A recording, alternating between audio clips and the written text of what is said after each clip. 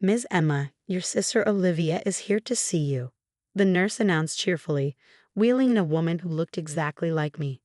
I stared at her, my heart pounding against my chest as reality crashed down around me.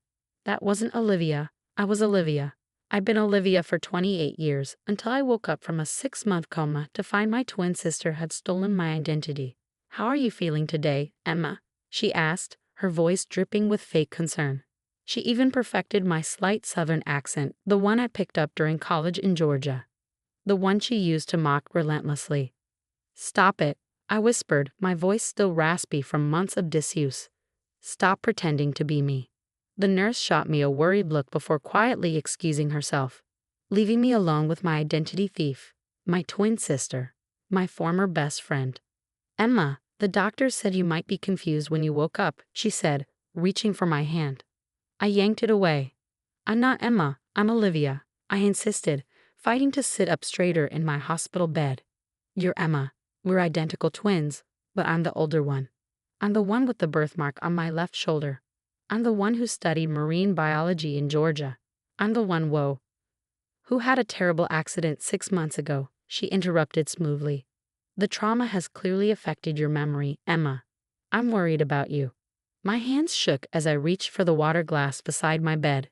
6 months. I'd lost 6 months of my life to darkness, and in that time, my twin sister had somehow convinced everyone that she was me. Our parents, our friends, even my doctors believed her lies. The accident that put me in a coma was still a blur. I remember driving home from the marine research facility where I worked, thinking about the breakthrough we just had with our dolphin communication study. Then nothing. Just darkness until I woke up 3 days ago to find my world turned upside down. Where are Mom and Dad? I asked, trying to keep my voice steady.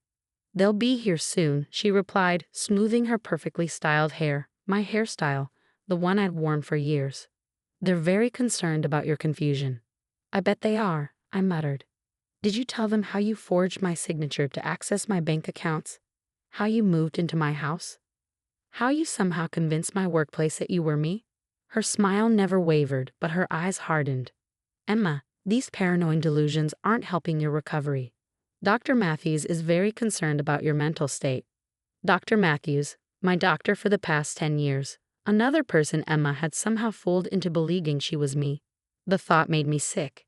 You won't get away with this, I said, my voice stronger now. I can prove who I am. Can you? She asked, raising an eyebrow. Because right now, everyone sees a confused woman who suffered a traumatic brain injury, claiming to be her successful sister. Your medical records say you're Emma. Your ID says you're Emma. Even your fingerprints match Emma's records. My blood ran cold. What did you do? She leaned closer, her voice dropping to a whisper. What I should have done years ago. You always got everything. The attention, the praise, the opportunities. Olivia's so smart. Olivia's so dedicated. Olivia's going to change the world. Nobody ever saw me. Well, now they do. They see a lie. I spat. They see what they want to see, she corrected. And what they want to see is Olivia, the successful marine biologist, taking care of her troubled twin sister who's finally woken up from a tragic accident.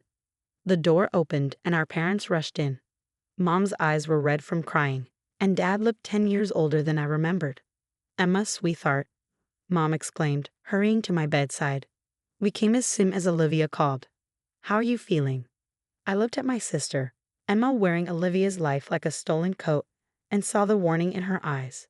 If I fought this, if I tried to expose her, I'd look exactly like what she wanted everyone to believe. A mentally unstable woman confused by trauma. I'm tired, I said finally, watching Emma's shoulders relax slightly. Of course you are, Dad said, patting my hand. The doctors say your recovery will take time, but your sister has been here every day, making sure you got the best care. How lucky I am, I murmured, meeting Emma's gaze. She smiled triumphantly. But she'd forgotten one thing, one crucial detail that would prove who I really was. The birthmark on my left shoulder, a distinctive pattern that had been documented in my medical records since birth. Emma might have somehow altered paperwork, changed records, and convinced everyone of her lies, but she couldn't fake that. I just had to wait for the right moment to reveal it, to take back what was mine. Mom, I said carefully, remember how you used to tell us apart when we were babies? Before Emma started parting her hair on the left. Emma's smile flickered. Mom looked thoughtful. Oh yes, one of you had a tiny birthmark, but I don't really remember. On the left shoulder, I pressed. Shaped like a crescent moon. You used to say it was my special mark. Emma, you're getting confused again. Emma cut in quickly. I'm the one with the birthmark, remember? The doctors said you might mix up memories. But I could see the doubt starting to creep into Mom's expression. That's all I needed, a seed of doubt. Because unlike Emma, I didn't need to forge documents or manipulate records. The truth was literally marked on my skin. I reached for my hospital gown, ready to show them the proof, but Emma suddenly stood up. I think Emma needs rest, she announced. She's clearly overwhelmed. Dr. Matthews said too much stimulation could be harmful. As my parents reluctantly prepared to leave, Emma lingered behind. Nice try, she whispered. But don't forget, I control your medical care. One word from me about you being a danger to yourself, and you'll be transferred to the psychiatric ward. Is that what you want? I watched her leave, my hands clenched in the hospital sheets. She thought she had won, thought she had every angle covered. But she'd made one critical mistake. She'd left me alive to fight back. The next few days were a careful dance of compliance and observation. I played the role of confused, docile Emma while secretly documenting everything. The nurses, bless their hearts, had given me a small notebook for memory exercises. Little did they know I was using it to build my case. Every time Emma visited, wearing my life like a designer dress, I noticed small inconsistencies. She couldn't answer detailed questions about my research with the dolphins, specifically about Marcus, the juvenile male I'd worked with for 3 years. She wore my clothes but paired them all wrong. I would never match that blouse with those shoes. And most tellingly, she flinched every time someone mentioned Georgia. Your sister's doing amazing work at the facility, one of the nurses mentioned while checking my vitals. Just last week she made a breakthrough with the echolocation study. I bit back a laugh. The echolocation study had been completed 2 months before my accident. Emma was working from outdated information. But my biggest break came during a visit from Dr. Matthews. He was reviewing my chart when I decided to take a risk. Doctor, I said softly, making sure no one else was within earshot. Do you remember what I said to you during my last checkup? About having children. He looked up, confused. I'm sorry, Emma, but your sister Olivia is my patient, not you. Gotcha. I never had a checkup with Dr. Matthews. Emma had been his patient for years, not me. I'd seen a different doctor at a clinic near the research facility. One more piece of evidence for my growing collection. The real challenge was finding allies without alerting Emma. She had eyes everywhere. Nurses reported to her. Administrative staff kept her informed of my visitors, and she'd somehow convinced the hospital security that I might try to hurt myself if left unsupervised. But she couldn't control everyone. Maria, the night shift janitor, became my first ally. She'd catch my eye whenever Emma left things behind. A phone, a notebook, her tablet.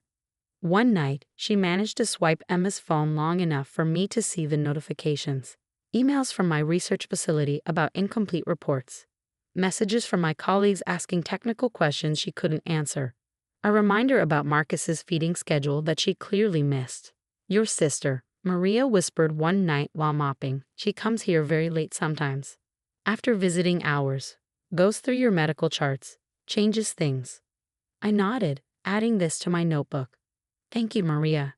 Then came the breakthrough I'd been waiting for. Dr. Sarah Klein, a neurologist from another hospital, was called in for a consultation. Emma hadn't had time to prep her to spin her web of lies. Ms. Harrison, Dr. Klein said, reviewing my scans, I see no evidence of memory impairment or cognitive confusion. In fact, these results are remarkably clear for someone who's been in a coma. Before Emma could intervene, I could see her panicked expression from across the room. I spoke up. Dr. Klein, would you mind checking something for me? The birthmark on my left shoulder, it should be in my medical records. Emma's face went white. Dr. Klein flipped through my chart, frowning. I don't see any mention of a birthmark in these records. That's because those aren't my records, I said clearly. They're my twin sisters. She's been pretending to be me, Olivia, while claiming I'm Emma. Check the shoulder. The birthmark will prove it. This is ridiculous, Emma sputtered. Doctor, my sister is clearly experiencing delusions. It's a simple enough thing to verify, Dr. Klein said calmly. She helped me adjust my gown, exposing my left shoulder. There it was, the crescent-shaped birthmark, exactly where it had always been. Emma tried to leave, but Dr. Klein was faster. Security, she called out, please make sure Ms. Harrison stays right here. We need to sort this out. What followed was chaos. Emma tried to claim the birthmark was makeup, that I was mentally unstable, that she could explain everything. But Dr. Klein had already called the hospital administration. Within hours, the police were involved. How did you do it? I asked Emma while we waited for our parents to arrive. How did you change all the records? She laughed bitterly. You'd be amazed what people don't check when they trust you. A few forged signatures, some carefully altered documents, and everyone sees what they expect to see. Plus, she added with a sneer, being your emergency contact after the accident made everything so much easier. But why? We were best friends once. Her expression hardened. Best friends? You were the star, Olivia. The brilliant one, the successful one. I was just Emma, the other twin, the one who couldn't compete with your perfect life. I stared at her, really seeing her for the first time. You could have built your own life instead of stealing mine. Why build when I could take? She shot back. 6 months of being you taught me more about how the world works than 28 years of being me. People respect you. They listen to you. She was cut off by our parents bursting into the room. Mom took one look at my exposed shoulder, at the birthmark she used to tell us apart as babies, and burst into tears. Oh God, she sobbed. Oh God, what have we done? Olivia, baby, I'm so sorry. We should have known. Dad just stood there, looking between us with horror dawning on his face. The police arrived moments later, and Emma was led away in handcuffs, still protesting that she could explain everything. But the evidence was mounting. Maria provided security footage of Emma tampering with medical records. Dr. Klein's report confirmed my identity through the birthmark and other physical markers. My colleagues from the research facility came forward with dozens of examples of Emma's inability to perform my job properly.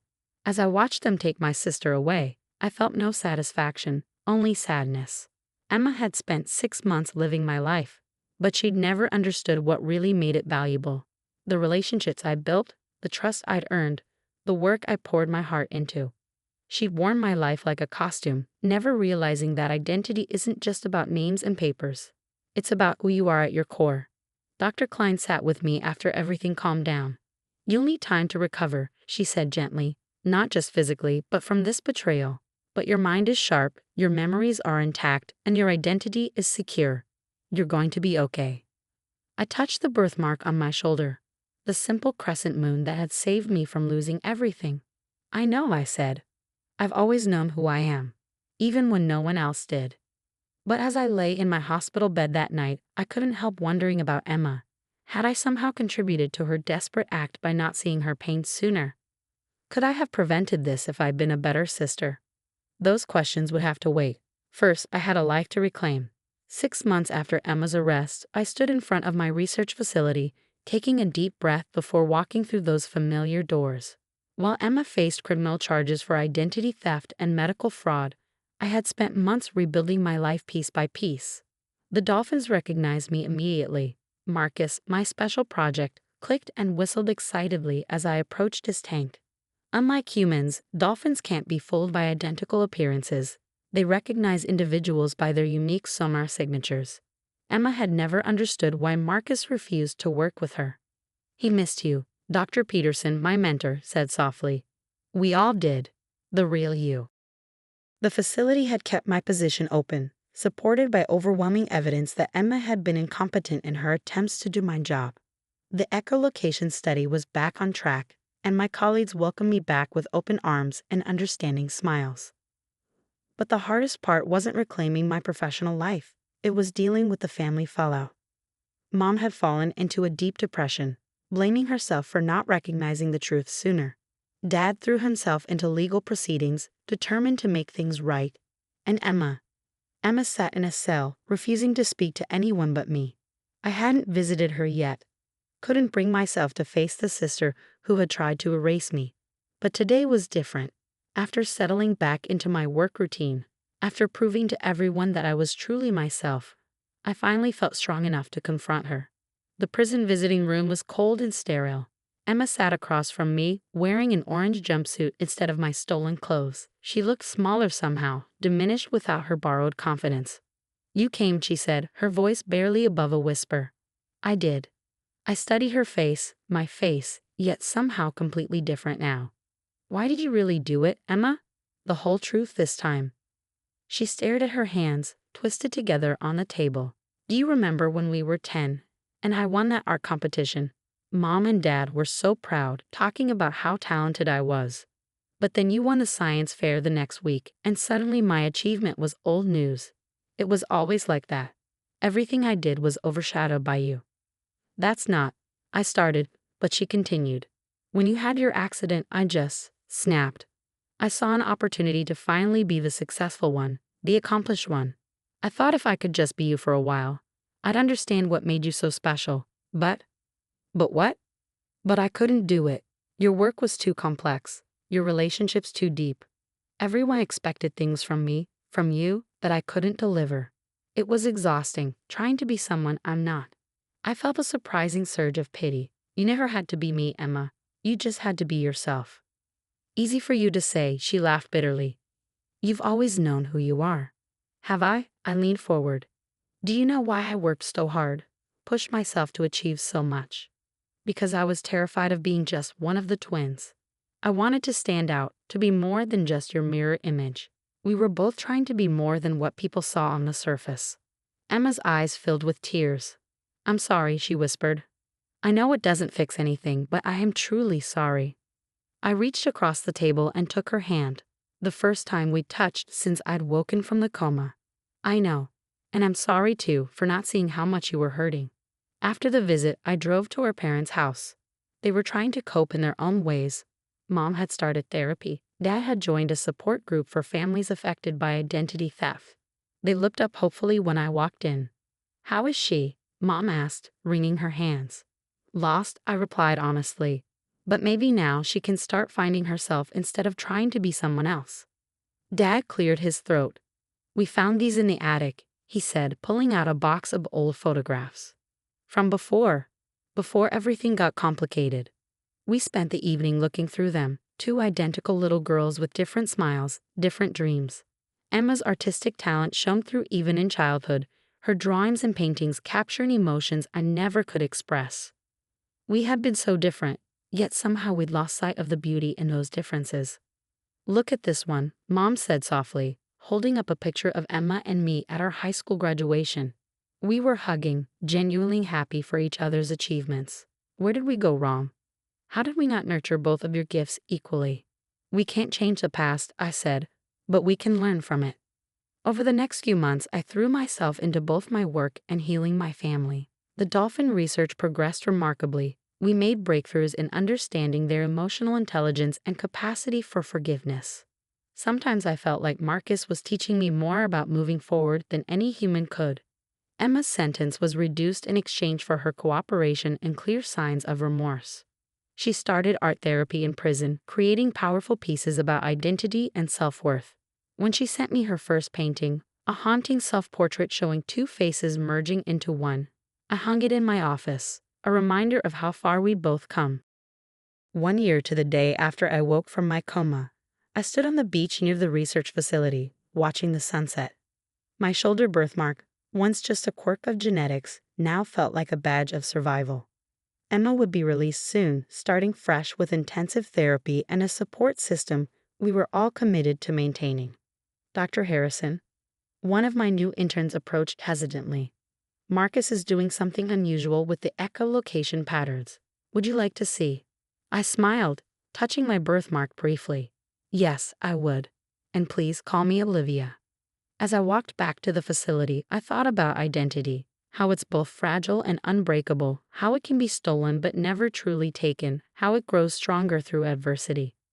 Emma had tried to become me, only to lose herself more completely. Now we were both learning who we really were, separate but connected, different but equal. My phone buzzed with a text from Mom.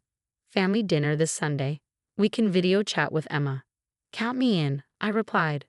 Both of me. Later that evening, as I worked late in my office, I caught my reflection in the window. For the first time since waking up, I didn't feel the need to check for proof that I was really me. I knew who I was, not just Olivia the scientist, not just the twin with the birthmark, but someone who had emerged from darkness stronger and more certain of herself than ever before.